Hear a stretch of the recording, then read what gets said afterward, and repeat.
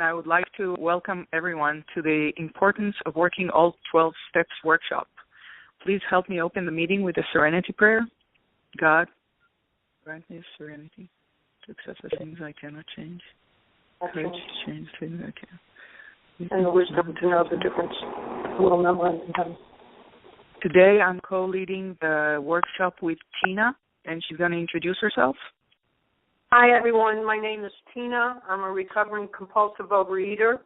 I'm grateful to be abstinent today, and I am a general service trustee.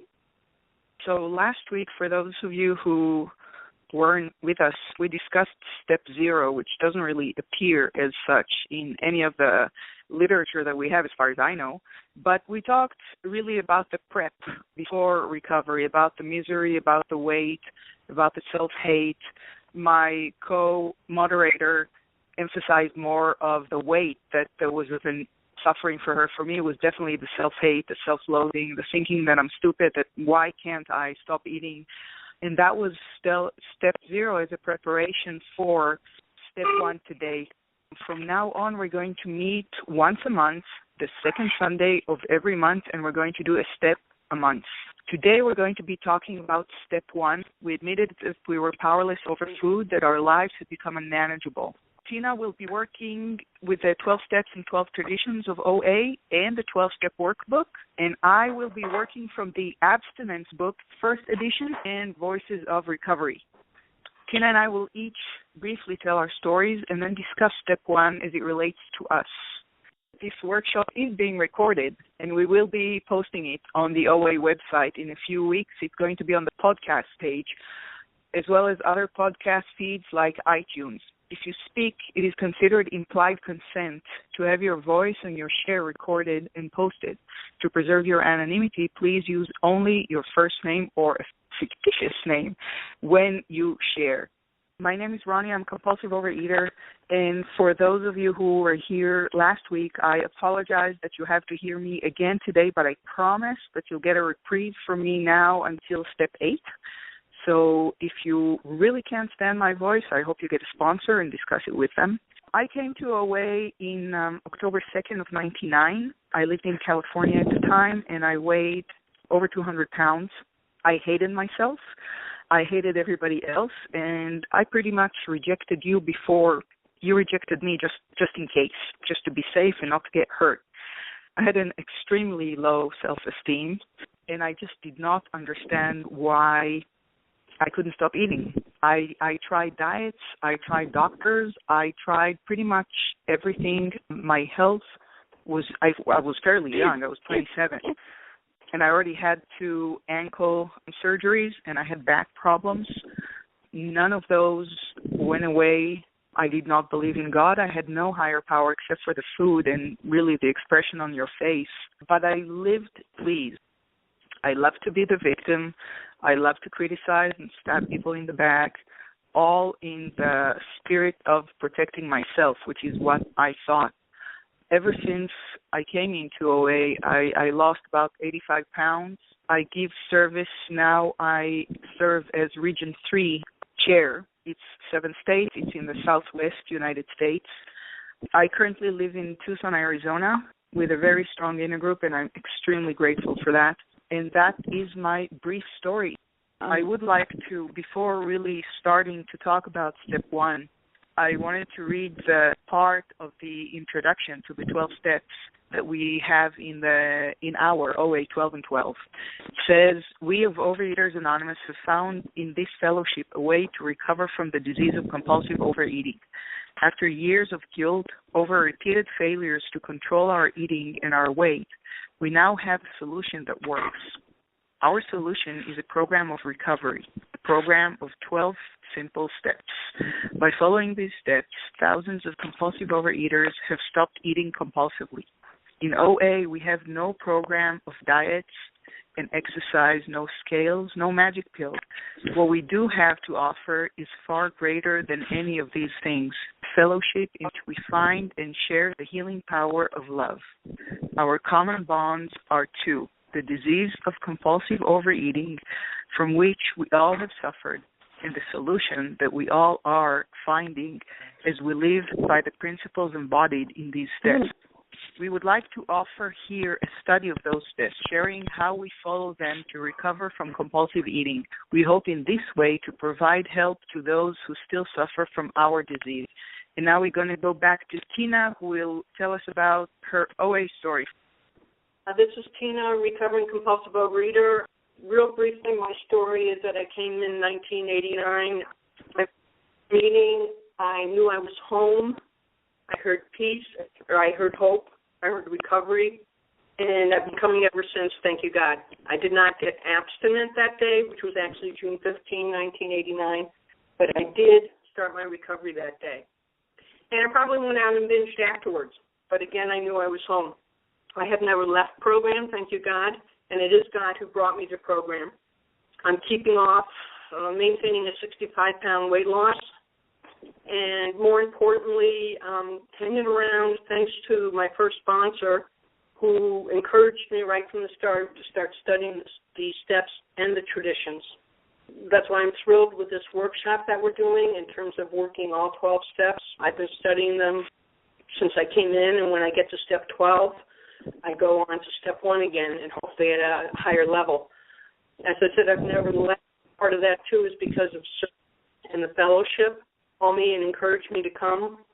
My first group meeting I actually went to because I did not want to eat that day. And I also needed to be with other people.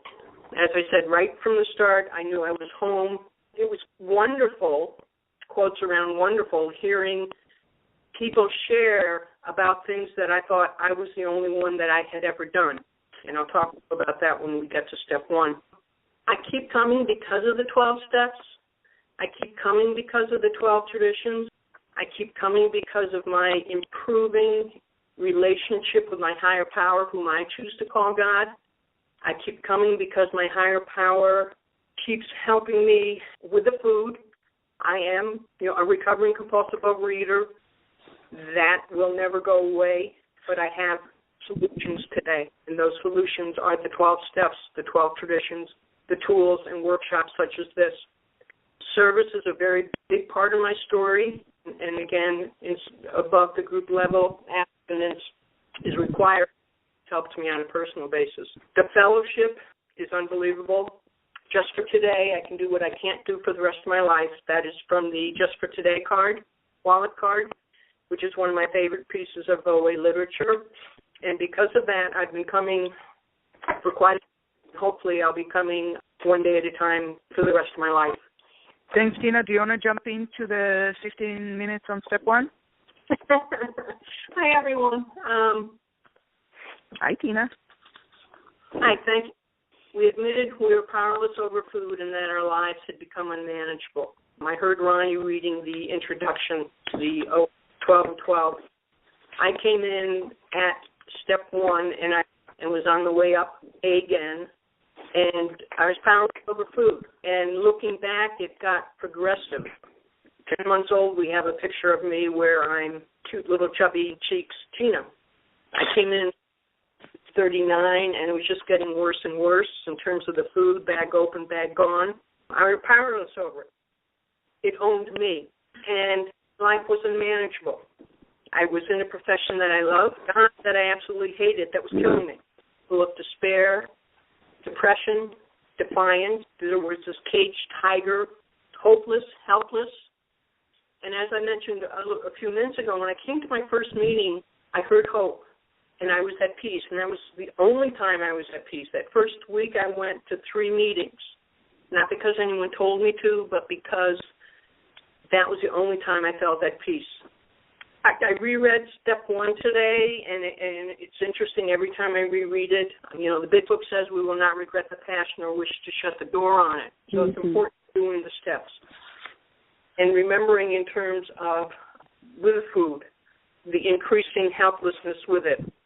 With my work situation, I didn't like the phrase one day at a time because that reminded me of the past, but I could handle just for today.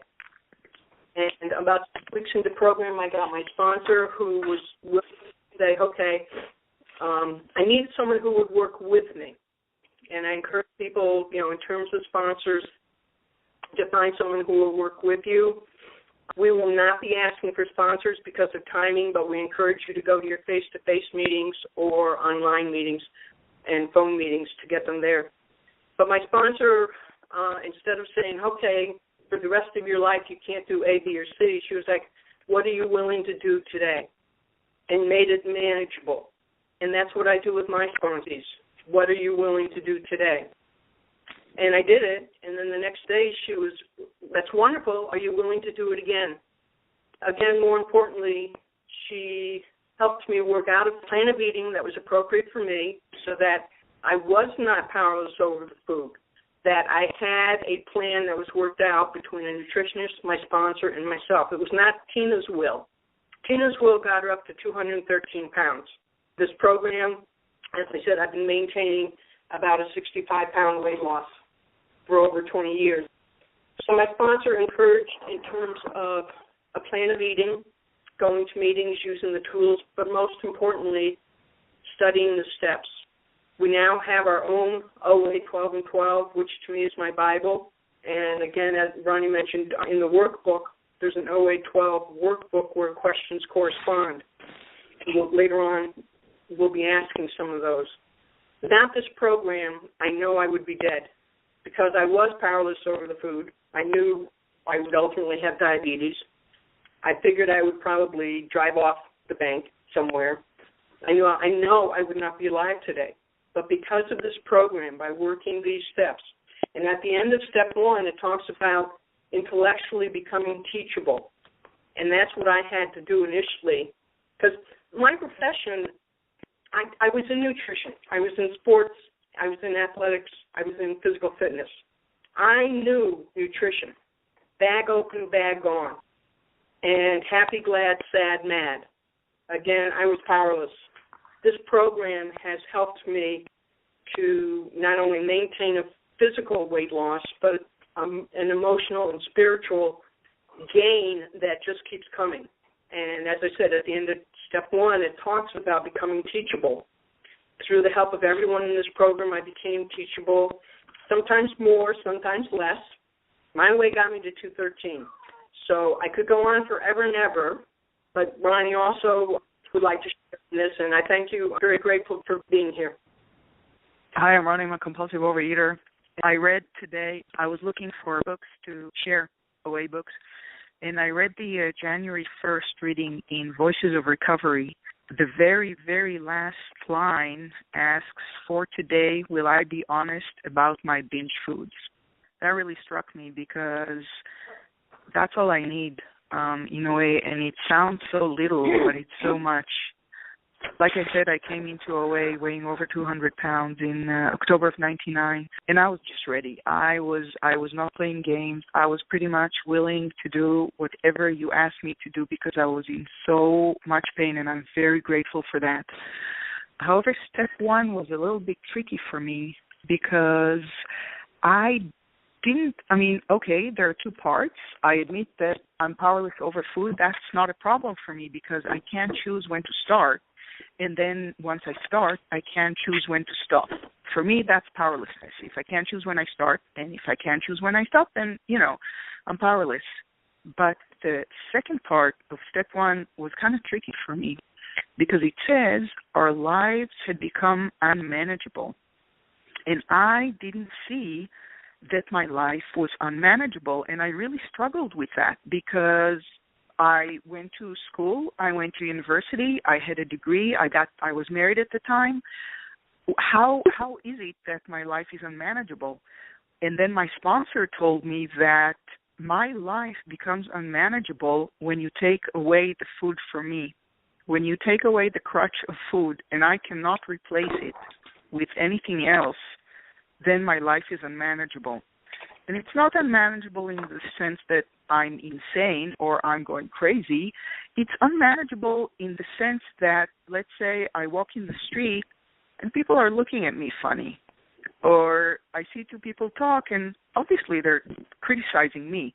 That's how I become insane because it's all about me. And when I have the crutch of food, I can do anything. I can accomplish anything. I am very competitive. I'm not a very nice person, but I can get things done. But when you take away that thing that makes me feel so safe, and you don't give me something else, it's like you put some kind of something winding inside my stomach, and I just pop, and I can't take it anymore, and then I have to eat. So I go on a diet until I have to eat, and then I eat until I have to go on a diet. So it's kind of like a black and white kind of cycle. We talked last week about the obsessive mind and the allergy of the body. That allergy is just an abnormal reaction. That's all it is. And when I eat certain foods, my abnormal reaction is that I can't stop eating. My obsessive mind is the mind that got me through university, got me driving, got me doing a lot of things. And that mind, besides the fact that it tells me I don't have a disease, it tells me you can try that. It's not going to be as bad as last time. You can stop at one this time. And I believe my mind. I believe a lie. It's a disease that makes me believe a lie. And my willpower is absolutely irrelevant. And so step one for me was involved with a lot of self-hate, a lot of loneliness. But I had to really understand, again, like I said, powerless over food, that was so easy for me. That was so clear. When you finish 2 trays of 12 donuts for breakfast, and then you finish 2-liter bottle of Coke, you know that you're pretty much powerless over food. That is really, really easy.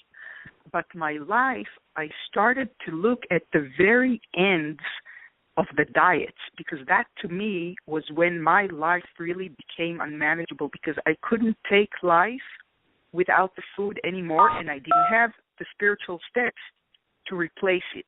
So what I do now is I need to find something that does for me what food used to do for me without doing to me what food used to do to me. And that is that. The steps are, there are a slow solution to a very, very deep-rooted problem.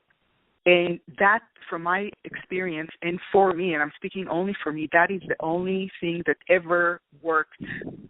I have been in program continuously since 1999.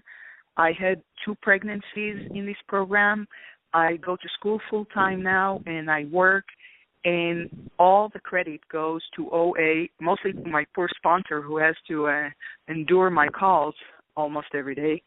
But I did want to share the abstinence book, the first edition. The story is on page 12, and it's called Freedom of Choice. And page 14 and 15, the writer talks about the difference between being hungry and compulsively overeating. And she says how at the time, OA's definition was abstinence means to refrain from compulsive eating. This is not new to me. This was the concept I'd first hear in OA. And now she says, or he says, to me, compulsive eating or overeating, and again, I would like to add over-exercising, under-eating, throwing up, anything compulsive that is unhealthy to me that I do, is eating or doing it to feed my disease, not my body's nutritional need. Emotionally, I found that my reaction to my feelings, not the feelings themselves, are important components of my disease. Something that I really like that they say our responsibility pledge says always to extend the hand and heart of OA to all who share my compulsion. For this I am responsible. It doesn't say to all who share my food plan or higher power or any other aspect of life. And that to me is the beauty in program, because I'm the terminally unique person. I grow up in the U.S. I have Crohn's disease. I don't know many people in OA who have twins. I'm unique. I'm so special. But that does not matter, because when I walk into the rooms and when I sit down, I dug through the trash. I stole money to buy food. I stole food, and everybody else did it the same. And so I feel safe. Last, she says, or he says, somebody from Kansas, by the way, I have seen that there is only one law, the law of love, and there are only two sins. The first is to interfere with the growth of another human being, and the second is to interfere with one's own growth. And that is a quote from the Big Book, the third edition. The story is called He Who Loses His Life. And I would like to turn it back to Tina. Okay, Ronnie, thank you very much. That was very, very powerful. According to our seventh tradition, we are self-supporting through our own contributions. Please use special workshop meeting number 82278 when making your contribution. While this workshop has no direct expenses, our seventh tradition reminds us that we are self-supporting through our own contributions.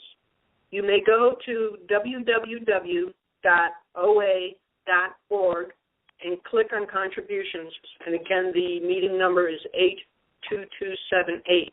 If you do not have access to Internet, you may also send contributions to the World Service Office, P.O. Box 44020. Again, P.O. Box 44020, Rio Rancho, Rancho, New Mexico, and the zip is 87174.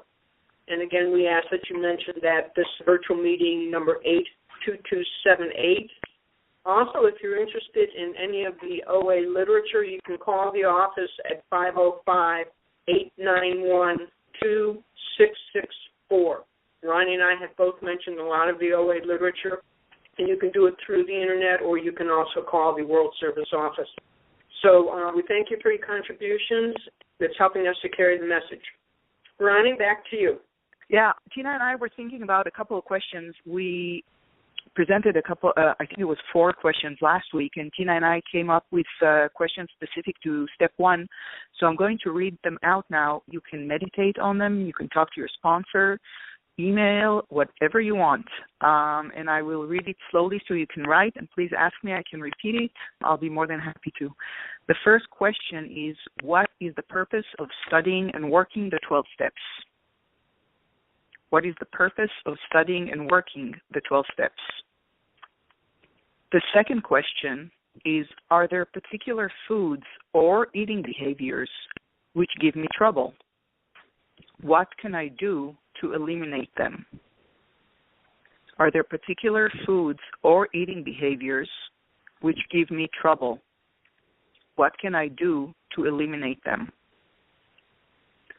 The third question is, what am I willing to do just for today to change and enhance my program? Am I willing to share this with someone I trust? I'm going to repeat the last one. What am I willing to do just for today to change and enhance my program? Am I willing to share this with someone I trust? And now we'll open the session for sharing, please. And we also need to remind you that this workshop is being recorded and will be posted on the OA website podcast page, as well as other podcast feeds like iTunes. If you considered implied consent to have your voice and your share recorded and posted. To preserve your anonymity, please use only your first name or fictitious name when you share. And we're looking forward to hearing from you. Thank you. Hi, I'm Sheila, compulsive overeater. And I wanted to ask if you could repeat question 2 and question 3. I wasn't quite as fast a writer as you were a speaker. Thank you. I'm sorry, I'm very good at fast speaking. Are there particular foods or eating behaviors which give me trouble? What can I do to eliminate them? I'll repeat the question again. It's the second question. Are there particular foods or eating behaviors which give me trouble? What can I do to eliminate them? The third question is, what am I willing to do just for today to change and enhance my program? Am I willing to share this with someone I trust? And again, the third question is, what am I willing to do just for today to change and enhance my program? Am I willing to share this with someone I trust? And the meeting is open for sharing. Hi, I'm Rachel. I'm a compulsive overeater. Hi, Rachel. And I think the most important thing I've heard is that what am I willing to do today? I came back to OA in 2006, and I had tried so hard to lose weight, and I had succeeded. And then I got away from it for a couple of years, 3 years, and here I was over 200 pounds again. Somebody invited me to go back to an OA meeting. And that very next day, I began abstaining. And it wasn't the abstinence I finally ended up with, but it was what I was willing to do. And that was enough to get me started. And I think that that is the most important thing that we all have to decide is, what am I willing to do? And then pray for more willingness. Thanks for letting me share. Thanks, Rachel. Hi, this is Stephanie. May I share? Hi, Stephanie. Thanks very much. I really have enjoyed the workshop so far. Thank you guys so much for sharing. I especially like it when things are referred back to our OA literature, because that's the experience of many, many people who've gone before me. I just love reading the OA literature. I was one of those people who came in because the food drove me in. I thought I was a perfectly lovely fat woman. I was in so much denial. It was just perfectly crazy. But the food drove me in, and what I was told was I had to put down the food, that's really, as was said earlier, that's what step one is about, is I got to put the plug in the jug. I did not have a concept of how to do that. I had tried to do that every which way from Sunday. And what was really helpful to me was I had a sponsor that really focused on the tools. The tools are the handrails to the steps. So the tools supported me while I was working on the steps. It didn't change my innards, at least not very much, but it supported me. If I was so busy doing writings for my sponsor or going to meetings or preparing my meals or writing down my food for the next day or doing my spiritual practices or having my quiet time or reading my big book or reading the Voices of Recovery, I didn't have so much time to get into trouble. And I've heard that this too shall pass, and that was true. Sometimes I just need somebody to say, okay, hang on. I can remember one time, I'd been in program a while, and I was just having a really bad day, and I had to go into the grocery store, and I called someone, and I said, I really want to bookend this. I want to call you and let you know I have a list of things that I need to get at the grocery store. I'm going to call you in 15 minutes when I get out. If I don't call you, please call me. And just that accountability helped me be able to do what I couldn't do on my own. I think my higher power shows through not just when I'm praying, but also in meetings, listening to workshops like this as people love and support me through my recovery. I'm somebody, I kind of needed tough love. I needed people to just say it how they saw it. I was a chronic relapser for many years, and I'm so grateful that somebody just said, listen, this is working for me. Why don't you try it my way for a while? Just give me 90 days and do just what I ask as best you can. And there was a point at which I was a chronic liar. I told my sponsor, I can't promise you that I won't get back into the food, but I can promise you that I won't lie. And that was the beginning of the end for the food with me. So I'm very grateful. Thanks a lot. Thanks, Stephanie. Hi, this is Mike from New York. May I share? Hey, Mike. Yes, hi, everybody. Mike, a recovered compulsive eater. I'd like to talk about that first question, the purpose of the 12 steps for me, how I incorporate my life. Basically, the purpose of the steps for me was threefold. First, it explained clearly what my problem was, because I really didn't know what it was into the room. Secondly, it offered a solution for me. And thirdly, it offered me a way that I could incorporate and keep the 12 steps in my life. Coming in, I thought that eating was just an issue of willpower, and I didn't have any. And as a result, I was very guilty. I felt guilty and shame for myself because I could not overcome this by taking the steps. And the steps are really very cleverly organized, from 1 to 12. Step 1 defines the problem, that I'm powerless over my disease, and explain that I had a mental obsession with allergy. And that was clarifying for me because I thought it was just something that I could handle myself, and I wasn't able to. Step 2 gave me the solution. Basically explained to me that I had to reach outside of myself and get a power greater than myself to solve my problem with compulsive overeating. Step 3 is where I made a decision to do the work, to embrace this power outside of myself. And step 4 through 10 4 through 9 actually is where I actually do the work. Since it's a spiritual program, I had to really establish a working relationship with God, my higher power. And steps 4 through 9 was the work that I did to release those barriers and open up my rapport with my higher power so God can then relieve me of this obsession of eating compulsively on a daily basis. And then step 10, 11, and 12 are the maintenance and growth steps where I establish each and every day my working relationship with God so I can stay on the path in a healthy fashion. And 12 is the last step where I now take this message, I live the program, I become an ambassador to the world and carry the message to other people who are still suffering and give freely back what I was so freely given. And it is, as the big book says, it really is a design for living for me. That really works. So I'd like to thank you for listening. Okay. Thanks, Mike. Hi, this is Nancy from Massachusetts. I'm a compulsive overeater. Hi. I'd like to talk about the purpose of working and studying the steps. I think there's a big difference between working them and studying them. For many years, I just studied the steps, read them over and over with the groups and whatnot, but I never got into the action of doing the steps, and that means, working them. And I have done that in the past years now, and I'm on my 14th anniversary of abstinence very shortly. And the reason that I've done these steps is because that protects me after the 9th, step in working. I'm living in the 10th, 11th, and 12th, and that's what protects me from the mental obsession that can come and hit any time.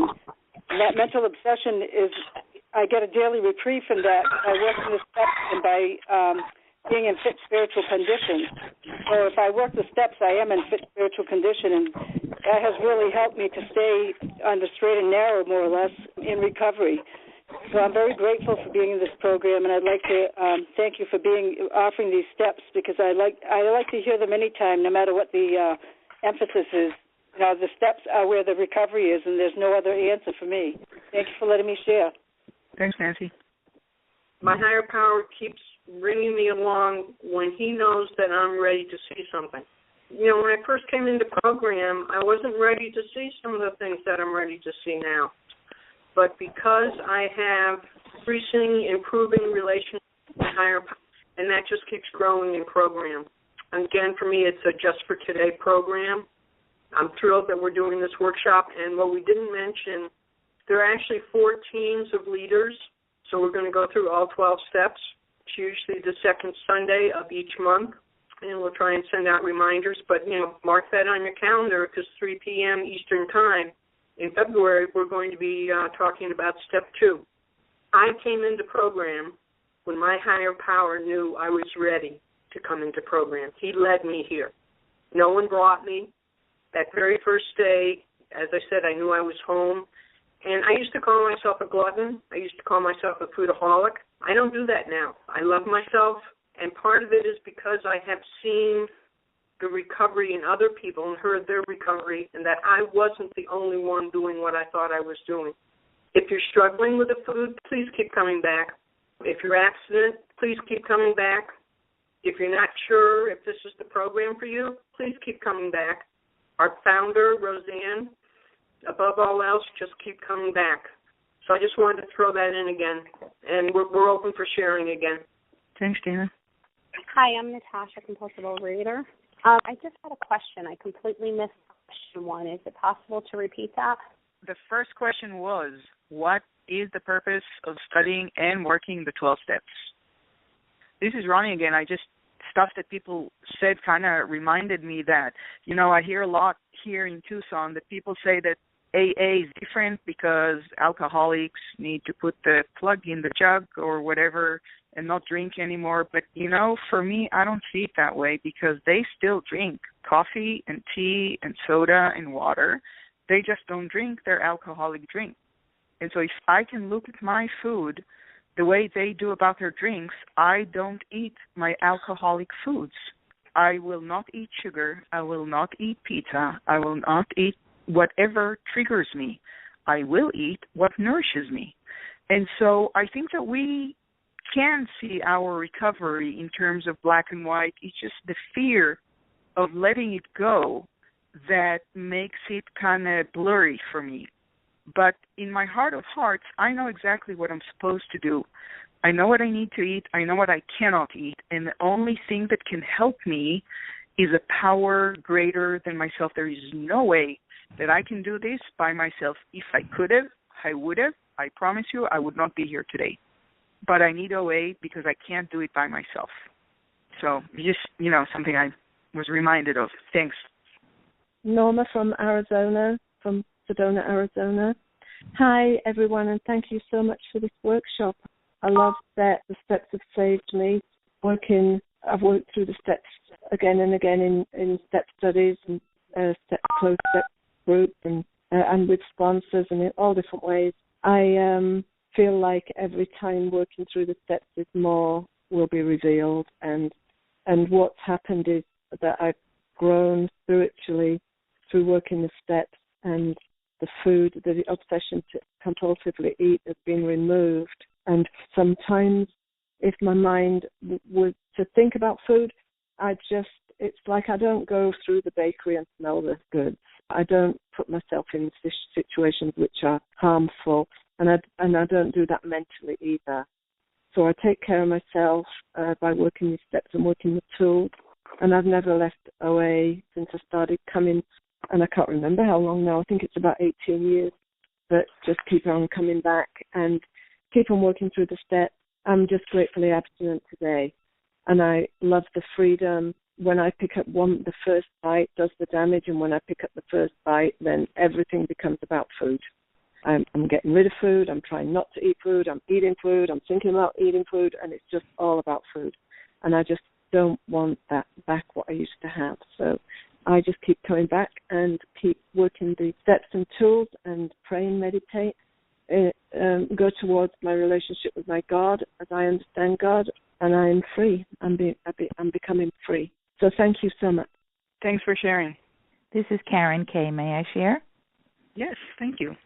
My first experience with OA was many years ago, and the purpose of me coming in was to lose about 40 pounds, and I did that. I did the work that was suggested by my sponsor, but all I really wanted to do was lose the 40 pounds. And shortly after I reached my goal, I stopped coming to OA. So my purpose when I first came into the program was just to lose weight. Several years later, I came into the program because I began to have some medical problems. I was once again overweight, had probably gained more than the 40 pounds. I started to work the program and the steps, and I realized I absolutely belonged in OA. Being powerless over food was something that I admitted then, and that my life was insane, but only insofar as the food was concerned. And I had 3 years abstinence, and then I relapsed.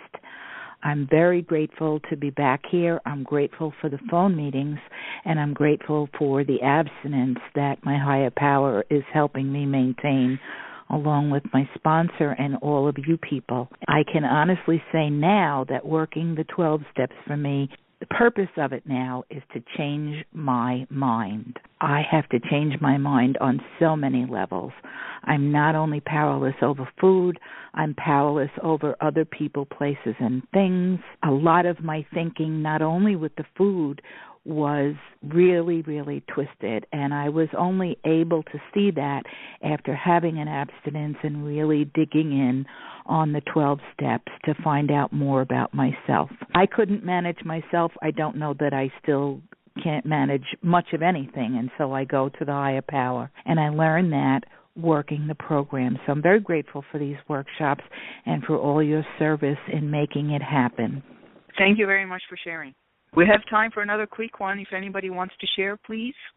Hi, my name is Linda, grateful compulsive overeater. Hi. I want to thank you and Tina for this workshop. I really enjoyed it. I'm in program 25 years. Had a few relapses, but I have a current abstinence of this year. It'll be 8 years. And every time I read step 1, it just tells me that I am in the right place. I don't care how long you've been in program. You know, you get these ideas that, I don't want to do this anymore. Maybe this isn't for me. But this just brings me back to my disease and what it's all about. So I just wanted to share that, and thank you so much for doing this workshop. Thank you. And in closing, I would like to thank you all very much, so much for attending. Please don't forget that the opinions expressed here today are those of the individual OA members and do not represent OA as a whole. For questions on this workshop and after, you can contact Stephanie, our virtual service trustee. Her email is V as in Victor, S as in sugar, and T as in Tango, the digit 4 OA at hotmail.com. Her phone number, 727-641-3437. My email is oaroni@outlook.com.